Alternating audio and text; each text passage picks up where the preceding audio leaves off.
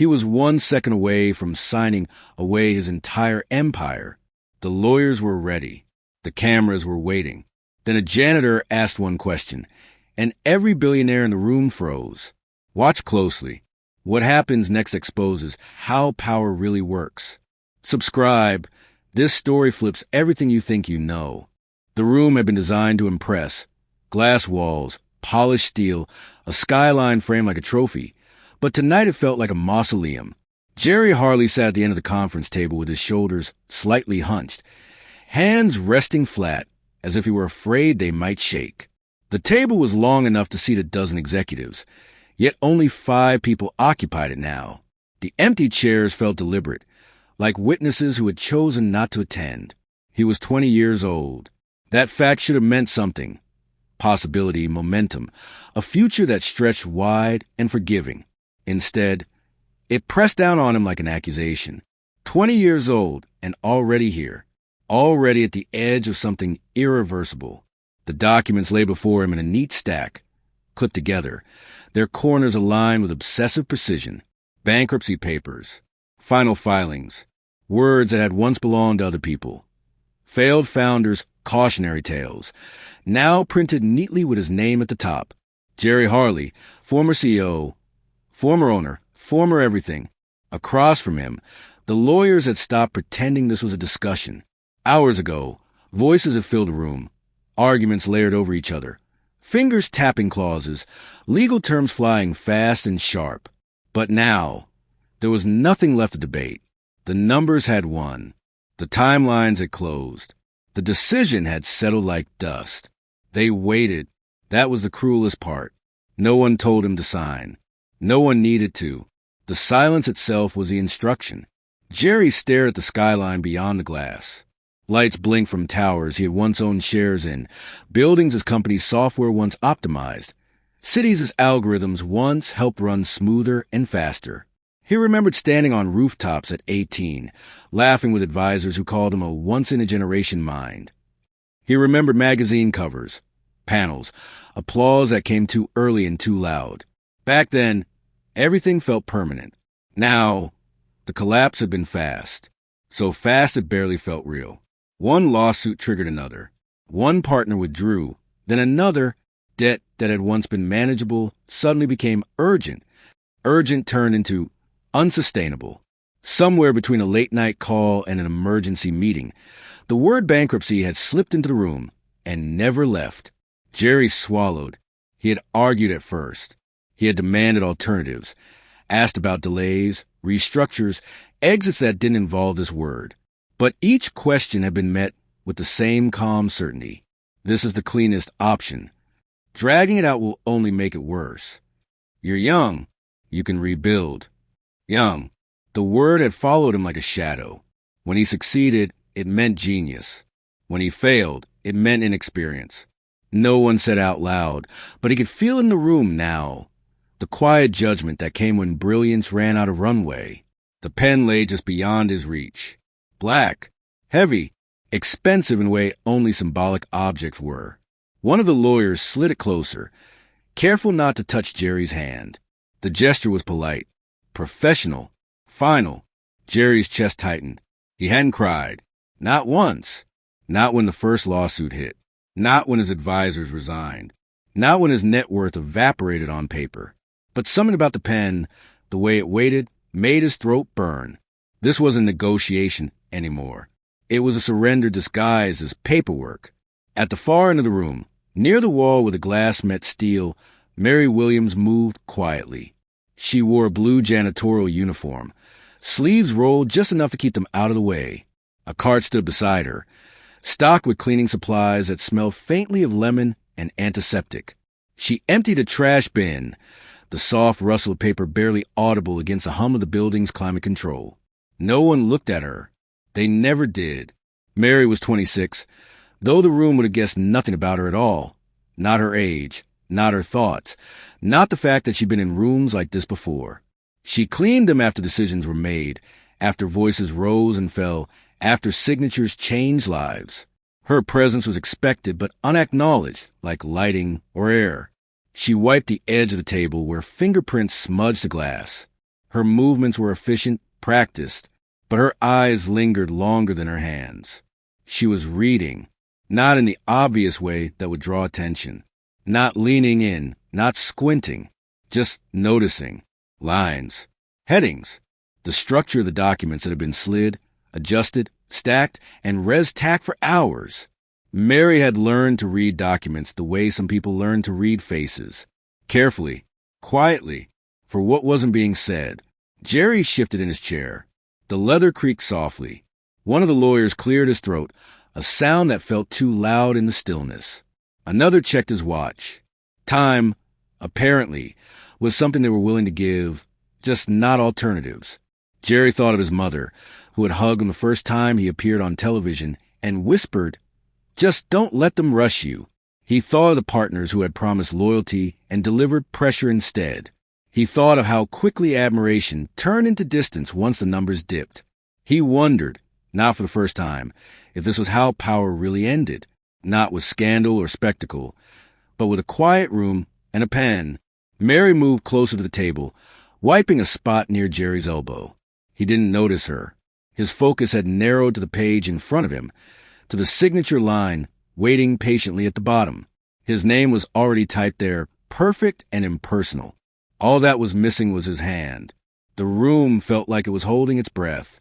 The lawyers watched him now, not with sympathy, not with urgency, but with expectation. They had done their part. Their advice was documented. Their responsibility ended the moment the ink dried.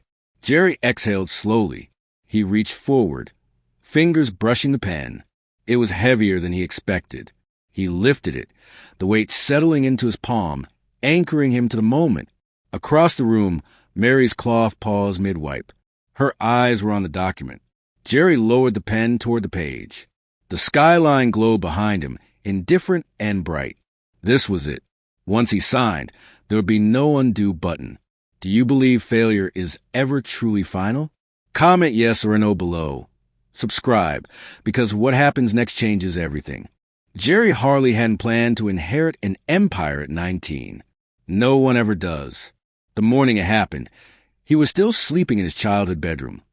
Walls bare except for an old corkboard pinned with handwritten ideas, half-built dreams, and code snippets scribbled like prayers. His phone rang before sunrise. By noon, his name was everywhere. By nightfall, the weight of an entire corporation rested on shoulders that hadn't finished growing into themselves. His father had built Harley systems from nothing. Long nights, brutal risks, a mind sharpened by years of failure. Jerry had grown up watching it all from the edges, absorbing conversations he wasn't meant to hear, learning strategy before he learned fear. By 16, he could read financial statements the way other kids read comics. By 18, he had already improved one of the company's core algorithms. The board had called him a natural successor. The media called him a prodigy. At first, it felt unreal in the best way. Jerry remembered his first board meeting as CEO. The room had buzzed with cautious excitement. Executives twice his age leaned forward when he spoke. Advisors nodded a little too quickly.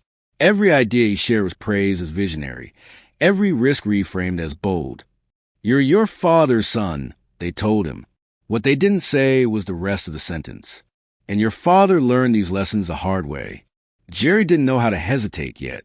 He didn't know how to slow down when momentum felt like proof of worth. When partners suggested aggressive expansions, he agreed. When advisors pushed fast acquisitions, he signed. Growth became a language everyone spoke, and Jerry learned to speak it fluently. For a while, it worked. Markets responded. Valuations climbed. Headlines stacked up like trophies. Jerry became the youngest billionaire in his sector before he was legally allowed to rent a car. He smiled for photos he barely remembered taking. He shook hands with people whose names blurred together. But success, he learned too late, attracts two kinds of people: those who want to build and those who want to extract. The cracks didn't appear all at once. They never do.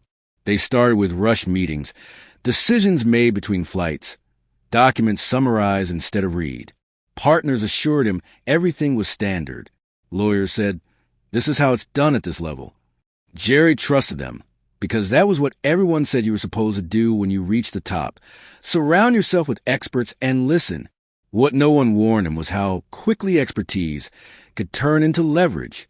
The first lawsuit arrived quietly, tucked into an email marked urgent.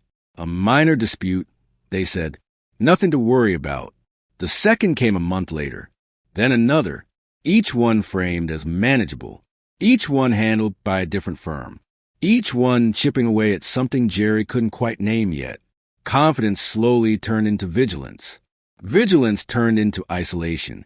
Meetings that once felt collaborative became strategic. Smiles sharpened. Conversations shifted tone when Jerry entered the room. Advisors began speaking around him instead of to him, as if he were a variable rather than a person.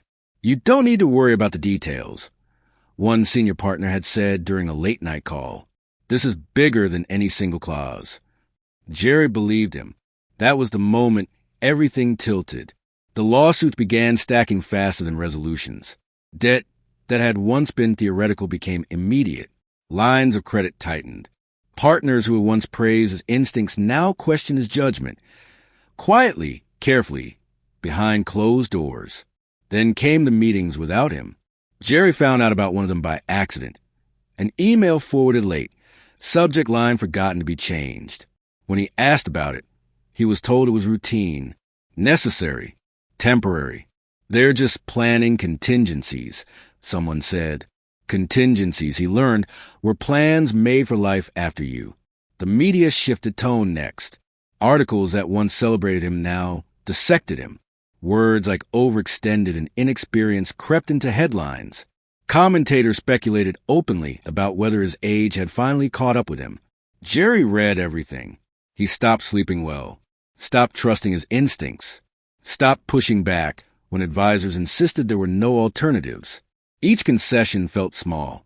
Each compromise sounded reasonable.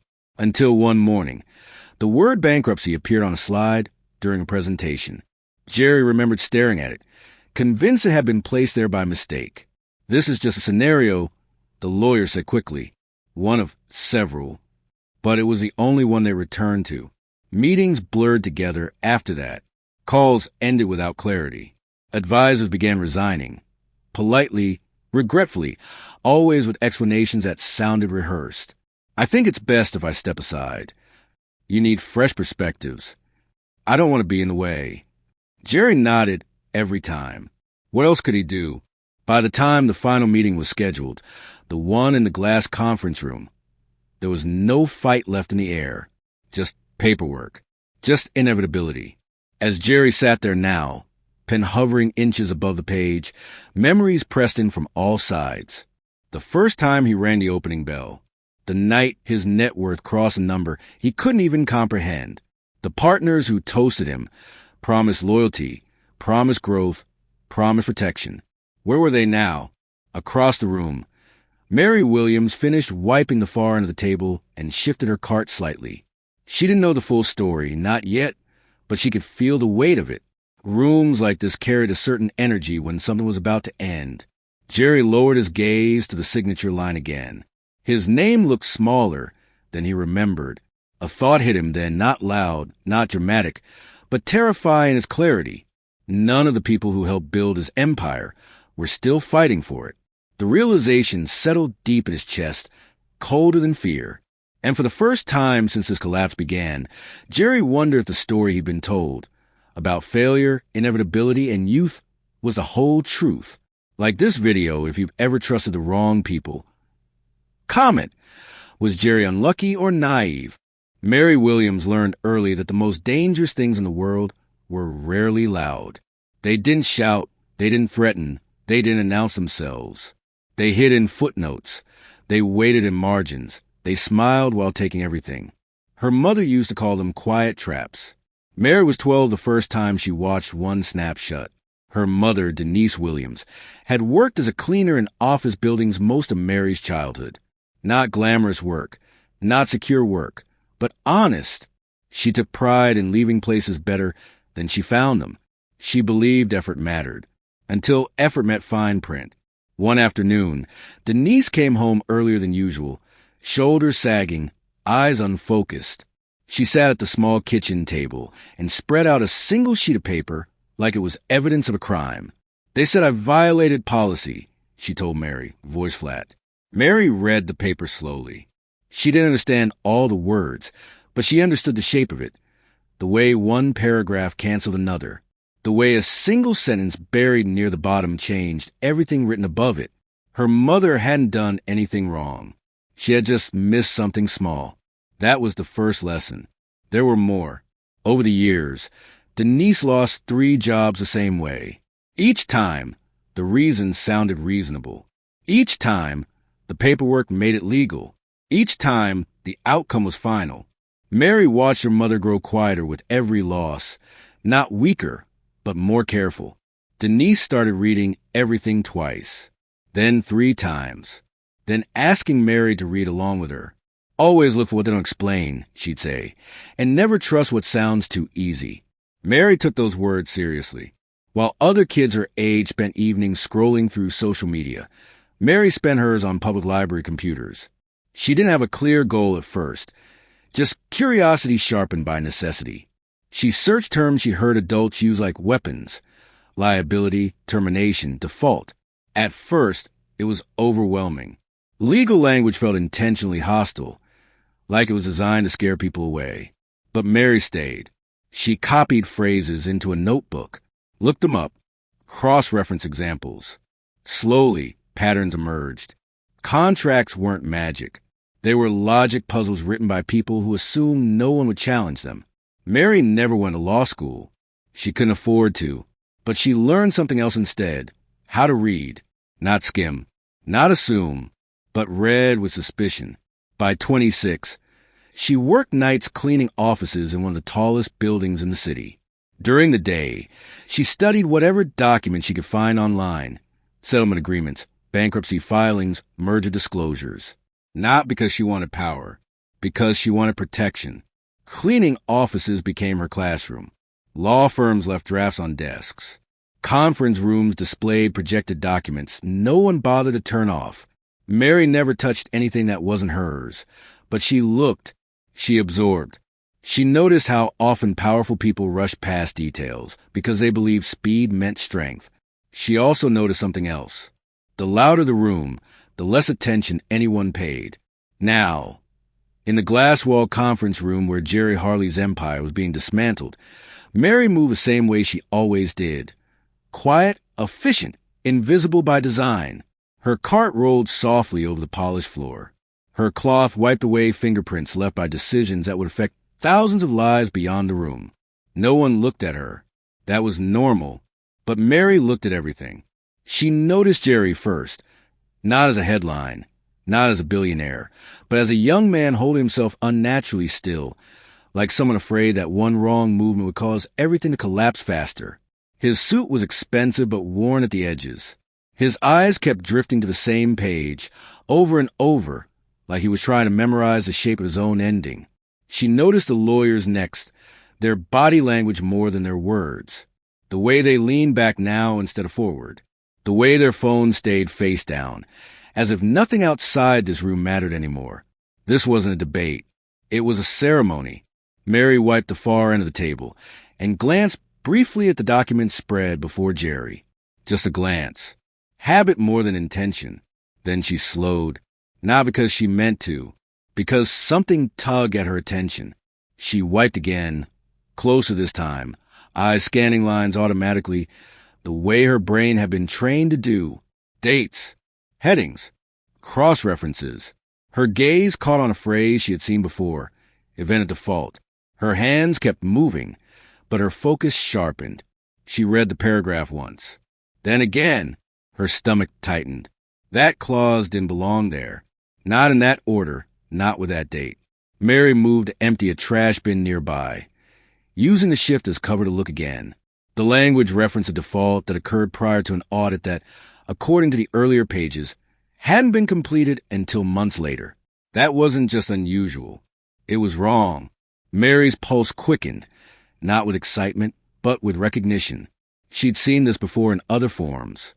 Clauses written to trigger consequences before proof existed.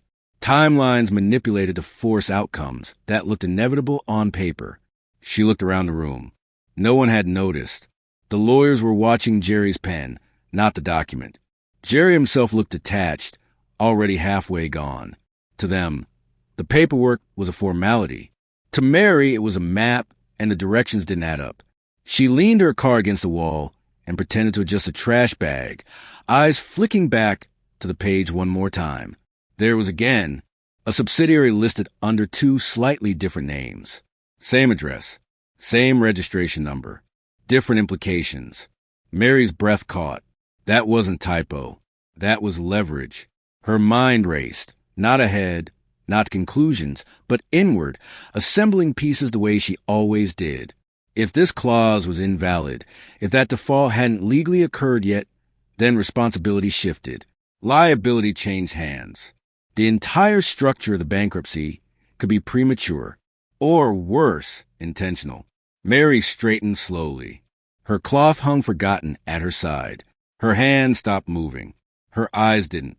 Have you ever been underestimated? Comment me if yes. Subscribe, because Mary's moment is coming. Mary had learned long ago that panic was useless. Panic made people loud. Loud people stopped seeing clearly. So she didn't panic. She stood perfectly still at the edge of the conference room, her cleaning cart beside her, her expression neutral, her body relaxed in the way invisibility demanded. To anyone watching, which was no one, she was just another employee waiting for powerful people to finish doing powerful things. Inside, her mind was moving fast and sharp. She replayed the paragraph again. Then again. Then again. Event of default shall be deemed effective as of March 3 RD. Mary swallowed. March 3rd. Her eyes flicked up the page, tracing backward through the document. The audit completion date was listed clearly, bolded, initialed, verified. April 21st. That wasn't a gray area. That wasn't interpretation. That wasn't legal creativity. It was impossible. You couldn't default before the conditions that proved default existed. Not legally. Not cleanly, not without manipulation. Mary felt a familiar tightening in her chest. The same feeling she'd had years ago at the kitchen table, watching her mother reread a termination letter that made no sense unless you already knew how it ended. She had seen this shape before. She moved again, slow and deliberate, wiping the glass wall nearest the table. From this angle, she could see more of the document spread out in front of Jerry. The pages were layered, overlapping slightly, enough to hide connections unless someone took the time to align them. No one had. Why would they? The conclusion had already been agreed upon. Mary noticed the subsidiary names next. Harley Dynamics, LLC Harley Dynamic Solutions, Ltd. To most people, that difference was nothing. To Mary, it was a doorway. Same address, same registration number, same directors, but different liability treatment. Her pulse ticked up a notch. If assets were transferred between those entities before the alleged default date, then penalties wouldn't apply the way the document claimed they did.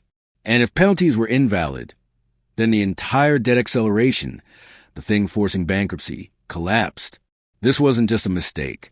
It was a mechanism. Mary glanced at the lawyers. They were quiet now, hands folded, eyes tired. Not defeated, done. This was the part of their job where resistance stopped and process took over. She looked at Jerry. He hadn't moved in several minutes. His gaze was fixed on the signature line, like it was daring him to finish the job. He looked younger than before, not because of his age, but because the certainty had drained out of him. He wasn't deciding anymore. He was complying. Mary felt a chill. This wasn't how truth was supposed to work. It wasn't supposed to arrive this late, this quietly, carried by someone who wasn't even meant to be part of the story. Her grandmother's voice surfaced in her mind, soft, steady. If you see the crack and say nothing, you help to break. Mary's hands trembled slightly. She tucked them into the folds of her cleaning cloth, grounding herself. She reread the paragraph one last time. The penalty clause referenced a default date that triggered immediate asset seizure by senior partners. Partners who, according to another page, had voting authority to approve bankruptcy proceedings. Mary's breath slowed. That meant something else entirely. It meant the people pushing Jerry to sign weren't neutral advisors trying to minimize damage. They were beneficiaries. Her stomach turned. She looked down at the floor briefly, not in fear, but in calculation. She thought about what would happen if she spoke. She could be fired, escorted out, blacklisted. She was a janitor interrupting a legal proceeding involving millions, maybe billions, of dollars. No one would protect her. But if she stayed silent, she imagined Jerry signing, the pen scratching across the page, the moment passing, the document becoming permanent. She imagined the investigation that would come later, because it always did. Finding the flaw when it was too late to matter. Finding out the collapse wasn't inevitable, just allowed. She imagined reading about it online weeks later. Unfortunate miscalculation. Market forces. Too young, too fast. Mary exhaled slowly. Truth didn't always arrive when it was convenient. Sometimes it arrived when it was dangerous. Jerry shifted in his chair. The movement snapped the room back into focus. One of the lawyers slid the pen closer to him. Careful, ceremonial, like a blade being offered handle first. Jerry picked it up. Mary's heart began to pound. This was it. No speeches. No dramatic reveal. Just a quiet line crossed and a life redirected. Her mouth felt dry. She looked at the faces around the table. Educated, credentialed, confident in their roles. None of them were looking at the document anymore. They were looking at the end. Mary felt something rise in her chest. Not anger, not fear, but responsibility. The kind that didn't ask permission. She took one step forward. The sound of her shoe against the floor was barely audible, but it felt thunderous to her. Jerry lowered the pen to the page. The tip hovered. Mary opened her mouth. Paused for a second. Would you have spoken up? Comment yes or a no. Mary didn't raise her voice. She didn't clear her throat loudly or wave a hand for attention. She simply spoke. Excuse me, sir. The words were soft, polite, almost apologetic, but they cut through the room like glass. Jerry's pen froze midair. It hovered less than an inch above the paper, the ink tip trembling slightly as his fingers stiffened. For a split second, no one reacted, because no one's mind had prepared for the sound of her voice. A janitor wasn't part of the script. One of the lawyers frowned first, irritation flashing across his face, as though someone had interrupted a funeral with a ringtone. Another turned halfway in his chair, already annoyed, already dismissive. Yes? The first lawyer said sharply, not looking at her. We're in the middle of... Mary didn't apologize again. She took another small step forward, careful not to cross the invisible boundary that separated the table from the rest of the room. I just wanted to ask, she said, steady now, why the agreement says the company defaulted before the audit was completed. Silence slammed down hard. It wasn't the dramatic kind you hear in movies. It was heavier than that, confused, unsettled, unplanned. Jerry blinked, slowly. He lifted his eyes from the paper and looked at her for the first time. Mary met his gaze without flinching. One of the junior attorneys scoffed. That's not relevant, he said automatically, as though repeating a memorized line. Default dates can be adjusted. Another added, waving a hand. It's standard. Mary nodded once, respectfully. But this one triggers penalties, she said. An asset seizure, before liability is proven. The scoffing stopped. Jerry's grip tightened around the pen. What? He asked quietly.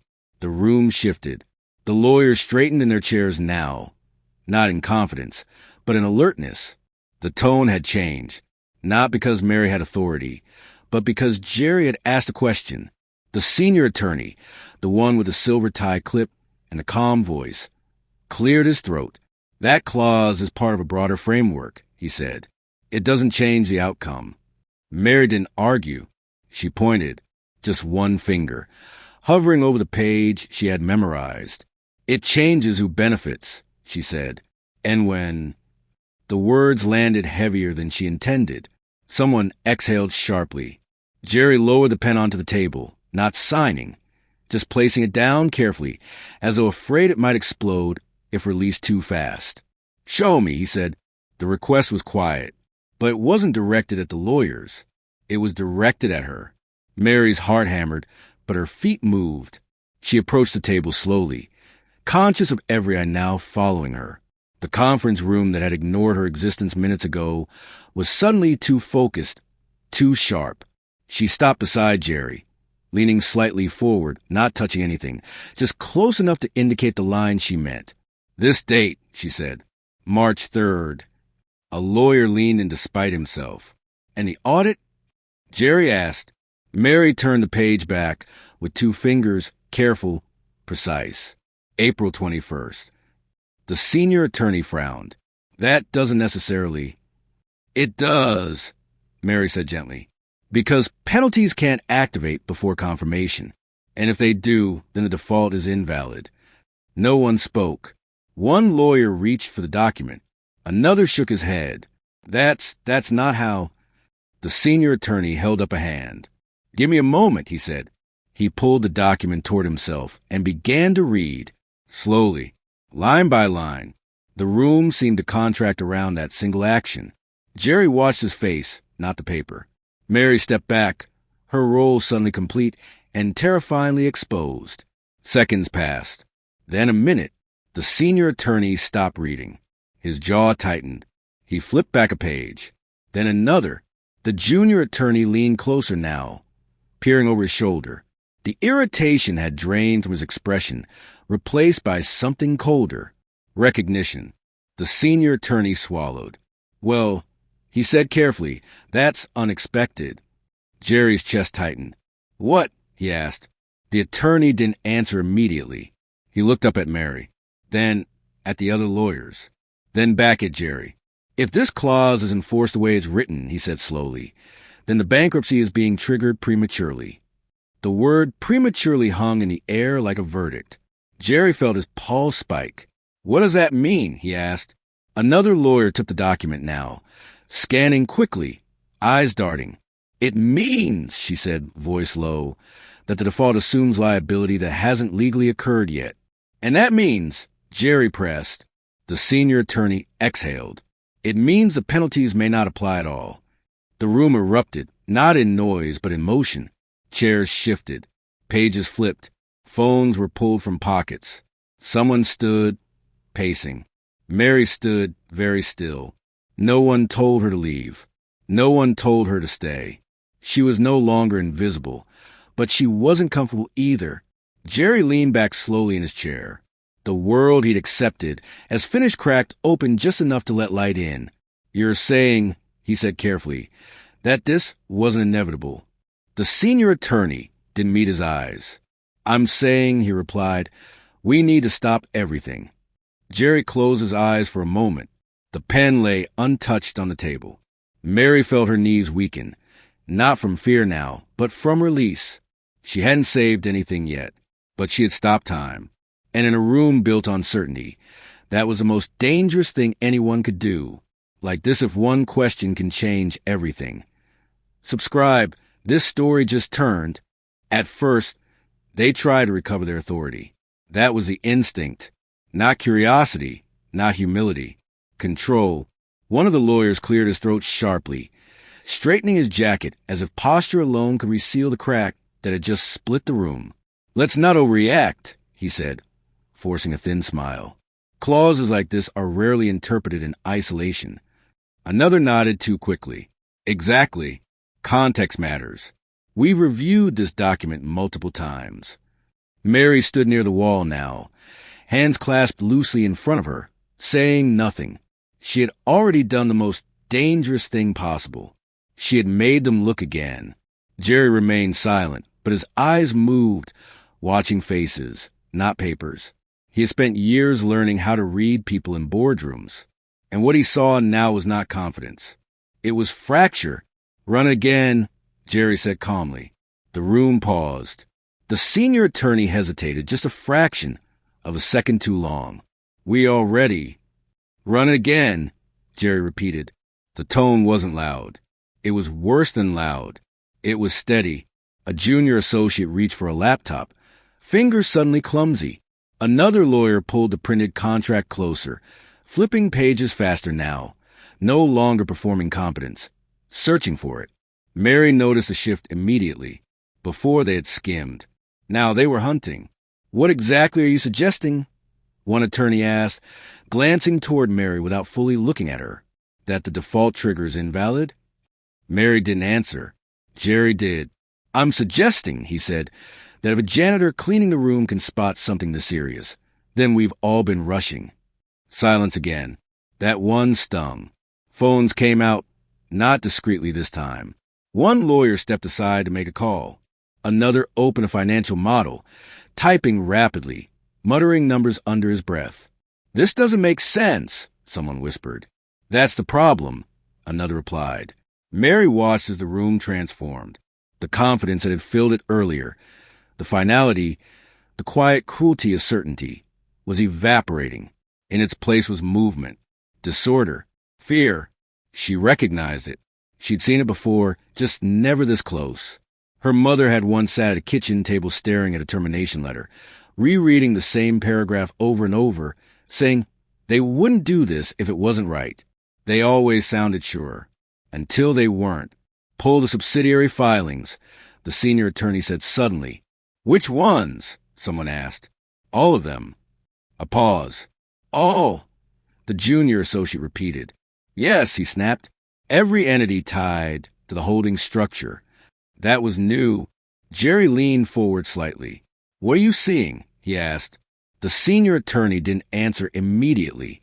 He was reading now with the intensity of someone realizing they might be wrong, and that being wrong might cost them more than being right ever did. "There's overlap," he said slowly.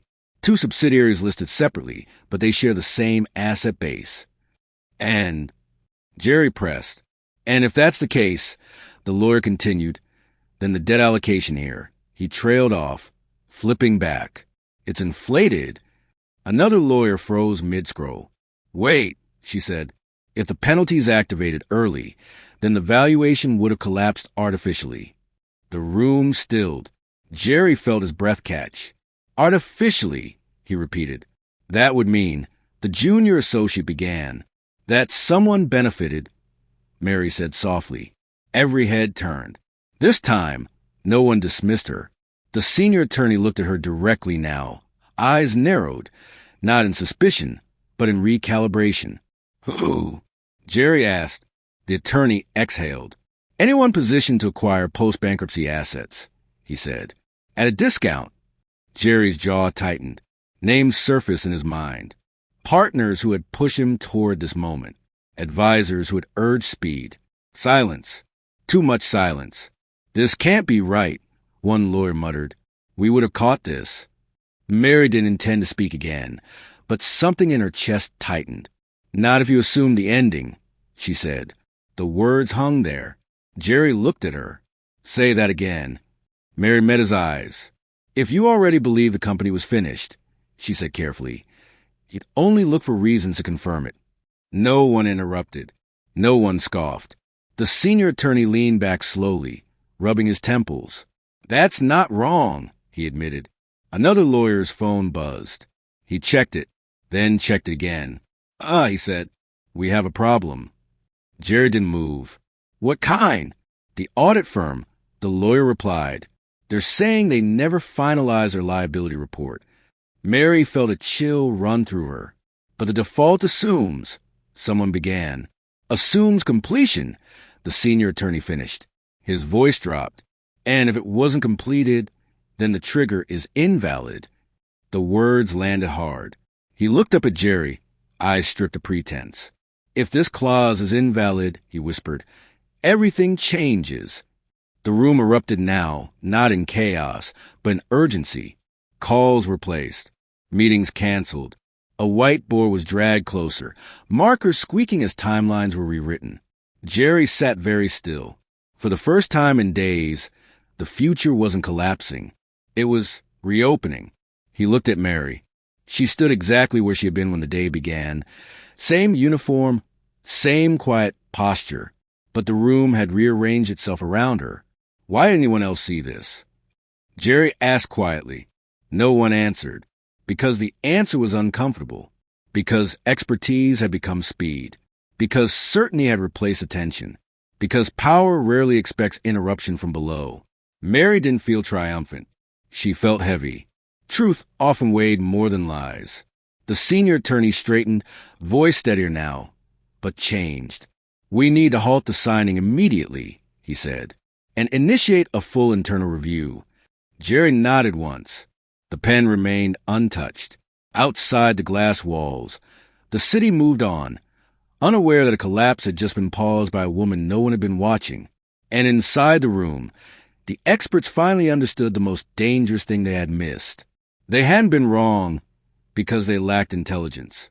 They'd been wrong because they hadn't been paying attention. Should experts be questioned more often? Comment below. The room did not explode into chaos. It tightened. Phones came out, but no one raised their voice. Laptops opened, but no one panicked. This was not the frantic energy of people who had lost control. It was the colder, sharper movement of people who suddenly realized control was slipping away. Jerry watched it all from his chair, hands resting flat on the table, pulse loud in his ears. Just minutes ago, this room had been a dead end, a place designed to close his story neatly, efficiently, without mess. Now it felt like a crime scene being re-examined after the body had already been declared dead. "Pull the partner agreements," the senior attorney said, voice clipped. "All of them," Jerry added. There was a pause. Not resistance, recognition. A junior associate hesitated. "That's extensive." "Do it," Jerry said. The documents began to appear on screens around the table. Layers of contracts stacked digitally the same way they had been stacked emotionally over the last year. Jerry leaned forward as timelines were aligned, names highlighted, dates compared. At first, it looked complicated.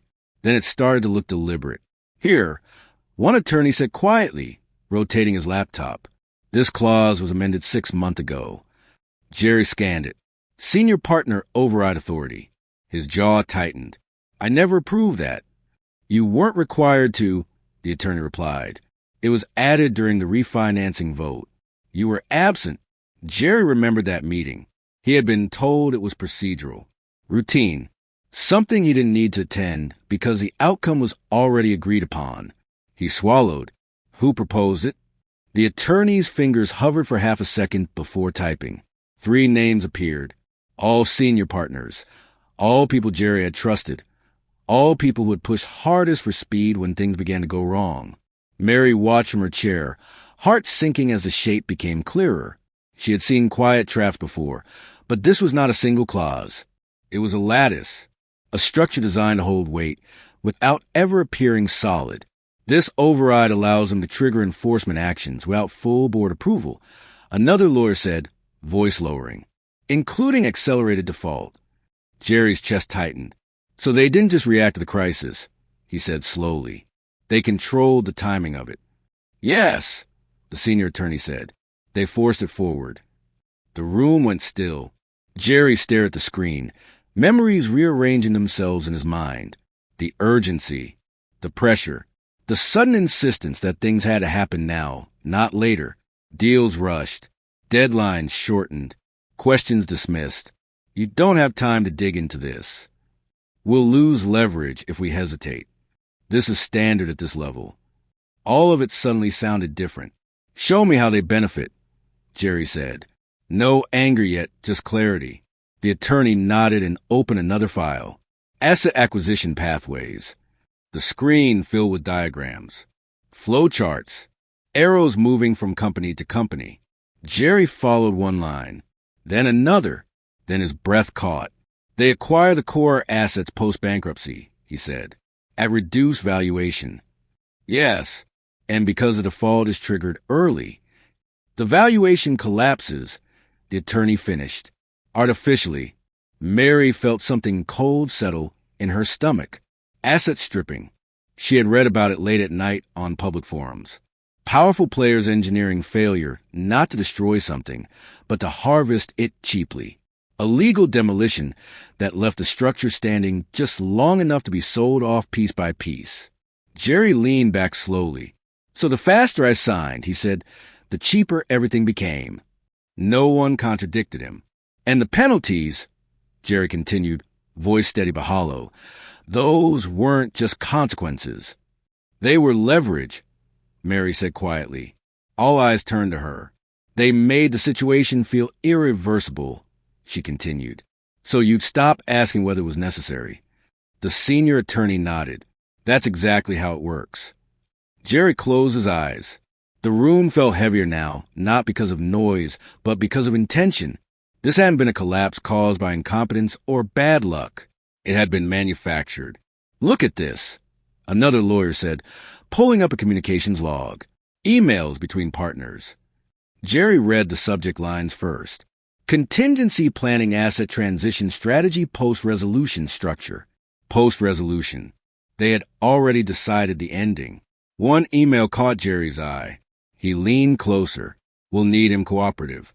Pressure will help. Jerry felt heat bloom behind his eyes. Pressure, he repeated softly. The attorney nodded. Legal pressure. Media pressure. Time pressure. Mary remembered the headlines' shifting tone overnight. The way articles had started questioning Jerry's competence, subtly framing his age as liability rather than achievement. They fed the narrative, she said. Didn't they? Yes, the attorney replied. Selective leaks. Analyst briefings. Jerry's hands curled slowly into fists. They didn't want me to fight, he said. They wanted me tired. The senior attorney hesitated. They wanted you to sign. Silence followed. Jerry stood, not abruptly, not angrily, just deliberately. He walked to the glass wall and stared out at the city, lights blinking like nothing had ever been wrong. The world outside hadn't felt the collapse because it hadn't truly happened yet. Not naturally. Behind him, the lawyers continued connecting threads. Here's the forced timeline, one said. They shortened compliance windows. And here, another added, they rejected extensions they normally approve. Every delay request denied. A third noted. Every appeal stalled. Jerry closed his eyes. This wasn't business. It was orchestration. He thought of every meeting where he had been made to feel inexperienced. Every moment he had second-guessed himself because experts told him certainty was already gone. You're young. You'll recover. This is the cleanest exit. They hadn't been preparing him to rebuild. They had been preparing him to disappear. Mary watched Jerry's shoulders tense, then relax. The shift was subtle but unmistakable. Something inside him was rearranging itself. Jerry, the senior attorney said carefully, there's more. Jerry turned. The override clause, the attorney continued, also limits your standing to challenge post-bankruptcy transfers. Jerry's jaw tightened. Meaning once you signed, you couldn't contest how assets were sold, even if wrongdoing was discovered later. Mary felt a chill. They insulated themselves, she said. Yes, the attorney replied. Completely. Jerry laughed once. It wasn't humor. It was disbelief sharpened into sound. They didn't just want my company, he said. They wanted my silence. No one argued. Jerry returned to the table and sat slowly, eyes scanning the documents again, but this time with a different lens. Not as a defendant, as a survivor who had narrowly stepped off a trapdoor. All this time, he said, voice low, I thought I was losing because I wasn't ready. He looked at Mary. And you? Mary hesitated. I thought you were being rushed on purpose, she said honestly. People rush you when they don't want you to notice. Jerry nodded. The realization hit him fully then, not as anger, not as panic, but as something colder and more sobering. This hadn't been failure. Failure implied chance, mistakes, learning curves. This was removal, a quiet, professional erasing of his authority, his ownership, his voice. He hadn't been collapsing under pressure. He had been pushed. Jerry leaned back in his chair, breath slow and controlled, the weight of the truth settling into place. He wasn't failing, he realized. He was being erased. Type exposed if this made you angry. Subscribe for Fallout. For the first time since Jerry Harley walked into the glass conference room, time moved backward. Not literally, of course. The clocks on the walls continued their steady march. The city outside still shimmered with indifferent light, but the momentum that had carried Jerry toward a single, irreversible act suddenly reversed itself, like a tide pulled away from shore. Stop, the senior attorney said. The word wasn't loud. It didn't need to be. Every movement in the room froze. The pen lay inches from Jerry's right hand, its black body gleaming under the overhead lights. Only minutes earlier, it had felt like a sentence waiting to be carried out. Now, it looked like evidence, something that needed to be preserved, not used. "We are formally halting the signing," the attorney continued, voice steady but tight, effective immediately. A junior associate blinked. "We can do that." "We have to," another lawyer replied. "If the default trigger is invalid, any signature executed under that assumption is legally vulnerable." "Vulnerable?" someone echoed. "Voidable," the senior attorney corrected. "Potentially void." The word sent a tremor through the room. Jerry remained seated, hands flat on the table, heart pounding. He had spent weeks bracing for the moment everything would end. He had not prepared for the possibility that it wouldn't. "Give me an injunction draft," the senior attorney said sharply. "Now." Emergency basis. Phones were out again, but this time the energy was different. No one looked resigned. No one spoke in the language of inevitability. The tone had shifted from closure to containment. Mary sat silently, unsure where to place her hands. Only an hour ago, she had been a ghost, a background figure whose presence had mattered only insofar as it didn't interrupt anything important. Now, she was the reason nothing could move forward. "Jurisdiction?" a lawyer asked. "Federal." Another answered. "Given the cross-entity exposure. Get compliance on the line." Already dialing. The room buzzed with controlled urgency, a low hum of activity that felt nothing like panic and everything like recalibration. The system was correcting itself, not because it wanted to, but because it had been forced to. Jerry watched it happen, a strange calm settling over him. The collapse had stopped, not because of money, not because of leverage, but because someone had paid attention. He glanced at the signature line again. His name still waited there, perfectly typed, indifferent to the chaos now swirling around it. Jerry reached for the pen. A lawyer stiffened. Then Jerry did something no one expected. He didn't pick it up. He slid it away, just a few inches, but the gesture carried weight. The pen rolled softly against the polished table and came to rest beside a legal pad no one was using anymore. The message was unmistakable. There would be no signature today. "Mark the file," the senior attorney said. "No execution pending judicial review." Mary felt a rush of vertigo. Judicial review. Injunction. Words she had read about for years, now unfolding in real time, because she had refused to stay quiet. "Mary," Jerry said suddenly. She looked up. "Yes." "Come closer," he said. The lawyers paused, unsure. Mary hesitated only a moment before standing and stepping toward the table. The space that had once been forbidden territory for her now opened without resistance. "Pull up the clause," she flagged, Jerry said. A screen turned. Mary leaned in, not touching, not assuming authority, but no longer shrinking either. "This section," she said, pointing. "And this one." The lawyers followed her finger now, not dismissively, not impatiently, attentively. That dependency wasn't disclosed, one murmured. "And the timing," another added, "it collapses the assumption default." Mary felt heat creep up her neck, not embarrassment, but the weight of being seen. For the first time in her life, powerful people were listening to her not out of courtesy, but necessity. "Mary," the senior attorney said carefully, "how did you spot this?" She considered the question. "I read like someone who expects to lose," she said, "not like someone who assumes they'll win." No one laughed. Jerry felt something shift in his chest. He had spent years surrounded by people who read documents like victories were guaranteed, like outcomes were predetermined by position alone. Mary had read it like consequences mattered. "Add her to the discussion," Jerry said. A pause. "Add her," a lawyer repeated. "Yes," Jerry said. "She's not leaving this room." Mary's heart pounded. "I don't have a law degree," she said quietly. Jerry met her eyes. "You have something better," he replied. "Attention." The senior attorney nodded. "She stays." Just like that, hierarchy bent. The room rearranged itself subtly. Chairs shifted. Laptops angled toward Mary as well as Jerry. Questions were phrased differently now. Slower, clearer, more precise. Power was no longer assumed. It was negotiated.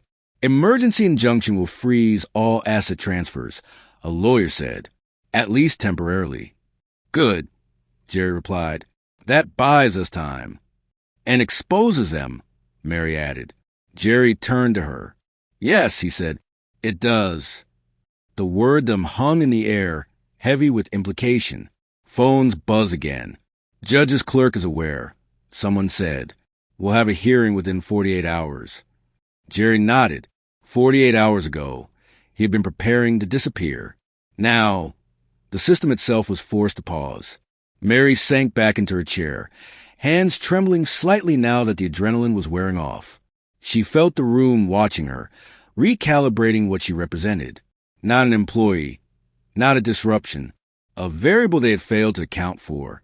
The senior attorney closed his laptop and leaned back. We owe you an apology, he said to Mary. We didn't listen. Mary didn't respond immediately. You're not the first, she said eventually. Just the first today. Jerry smiled faintly. The tension in the room didn't dissolve. It sharpened, focusing into something new. This wasn't relief. It was resolve. Jerry stood again, slower this time, and walked toward Mary. The lawyers watched, unsure what would come next. He stopped in front of her. The room quieted. Why didn't you stay silent like everyone else? Jerry asked. The question wasn't accusatory. It was sincere. Mary looked up at him, searching for the right words. The answer would change more than just this moment. What would you have said, like if courage matters more than rank? The room emptied slowly. Not all at once. Not dramatically. People gathered their things with a care that hadn't been there before, as if sudden movements might disturb something fragile that had just been placed back in balance. Laptops closed softly. Chairs slid in without scraping. Conversations dropped to murmurs, then to silence. Jerry Harley remained standing at the head of the table, hands resting on the glass, watching reflections instead of people. The conference room looked the same. That was the strange part. Same skyline beyond the windows. Same steel beams, same polished floor, same table that had nearly ended everything.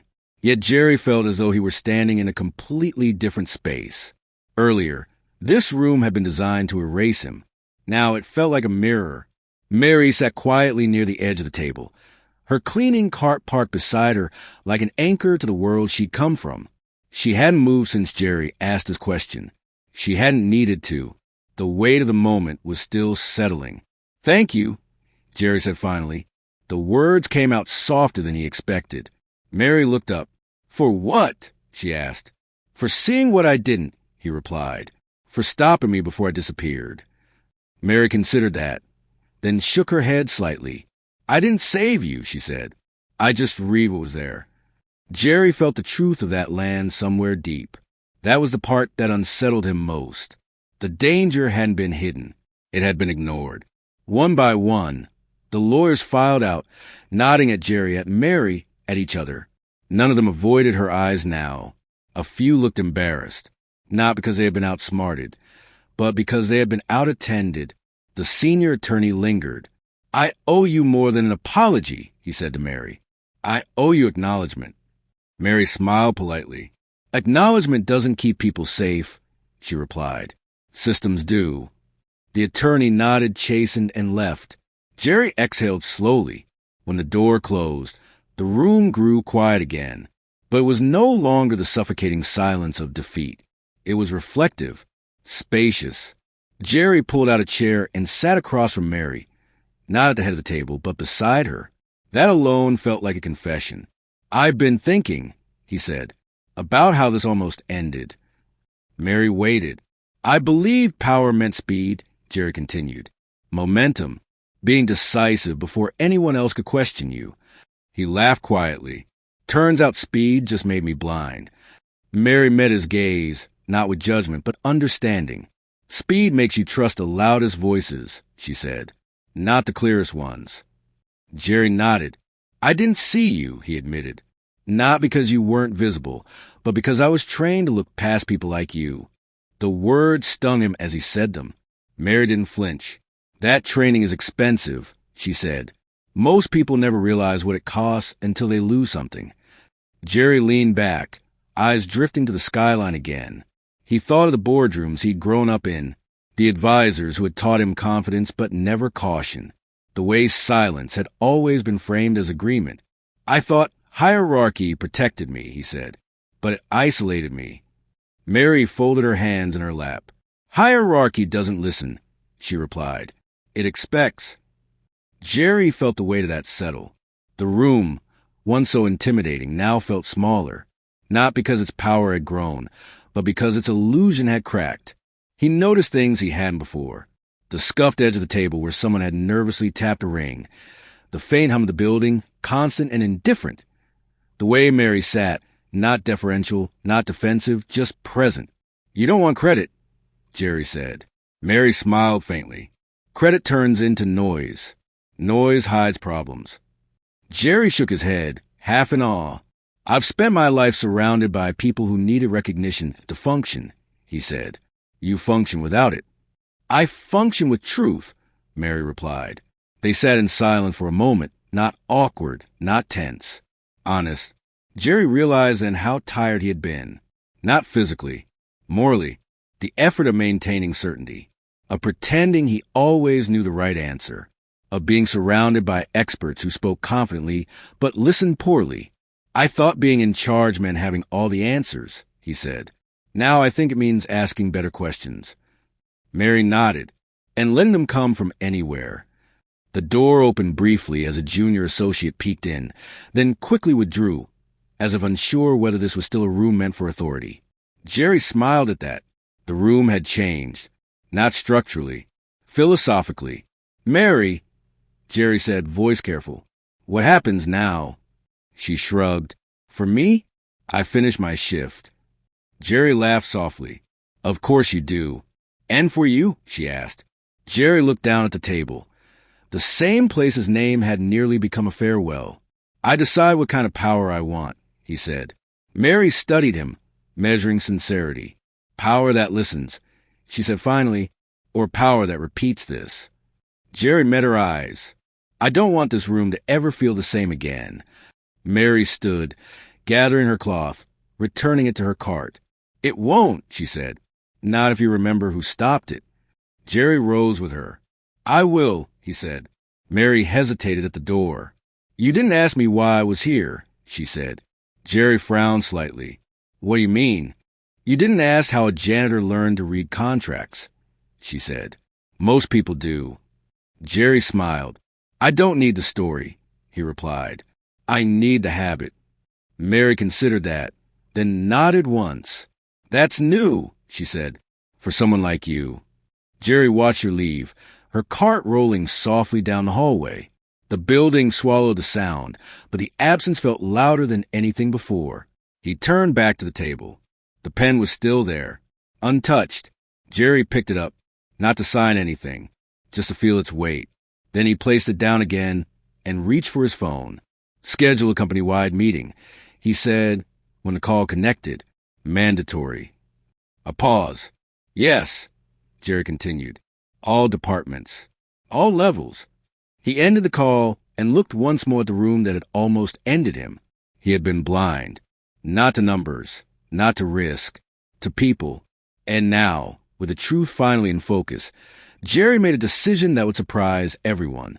Subscribe, because the ending carries a lesson you won't forget. The fallout didn't come all at once. It arrived in waves. The first wave was procedural. Investigations were announced in careful language, framed as routine reviews and compliance checks. Committees were formed. External auditors were brought in. Press releases were drafted with neutral words that concealed sharp consequences. But behind the glass doors and private calls, the truth moved faster than any headline. Senior partners were questioned. Timelines were reconstructed. Emails were subpoenaed.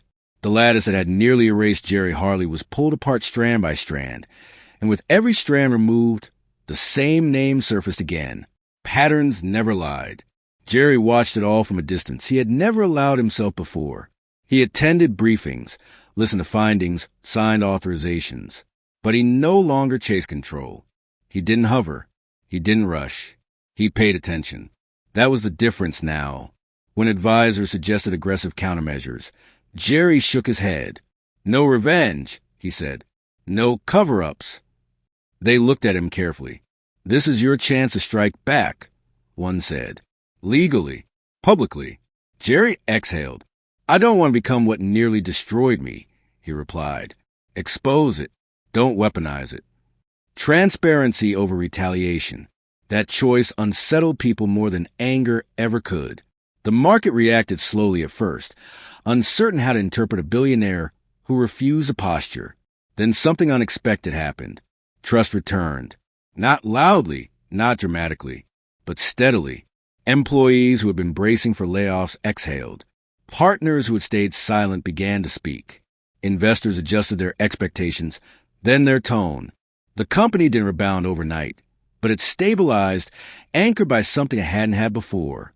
Integrity. Jerry's perspective shifted with it. He no longer sat at the head of tables by default. He rotated chairs. He listened longer than he spoke. He asked questions that made rooms uncomfortable in the best possible way. Who hasn't spoken yet? What are we assuming is true? What happens if we're wrong? Meetings slowed. Decisions sharpened. And for the first time since inheriting the empire, Jerry felt like he was actually leading it. Mary Williams returned to work the next evening.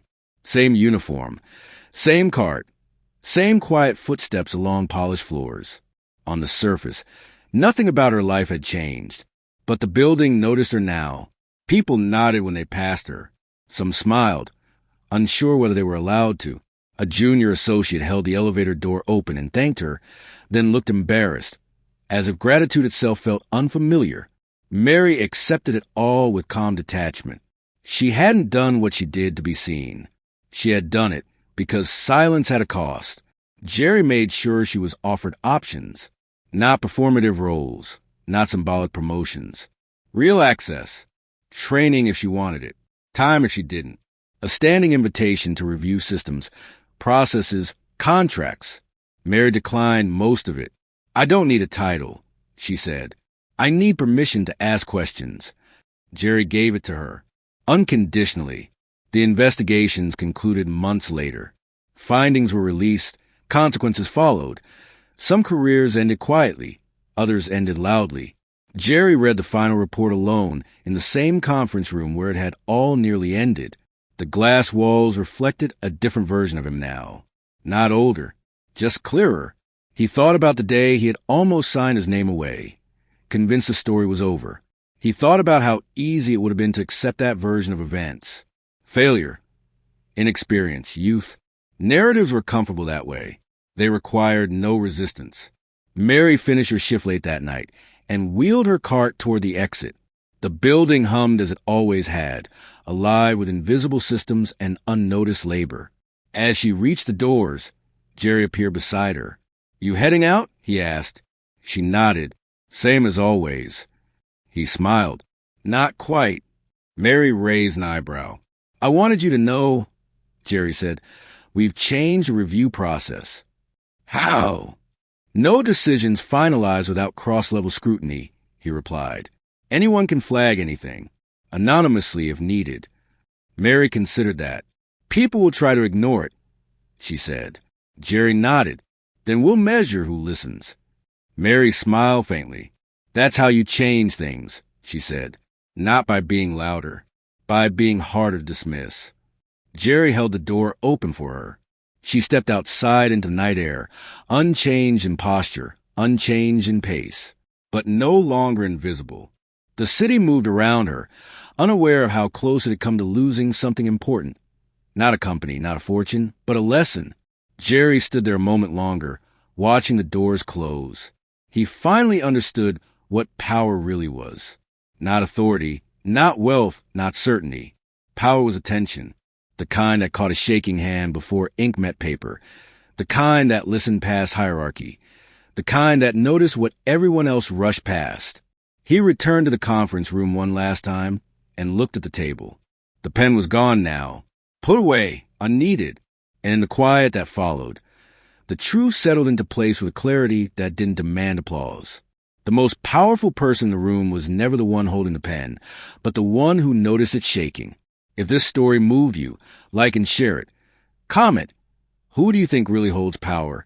Subscribe for more stories that reveal the truth behind success.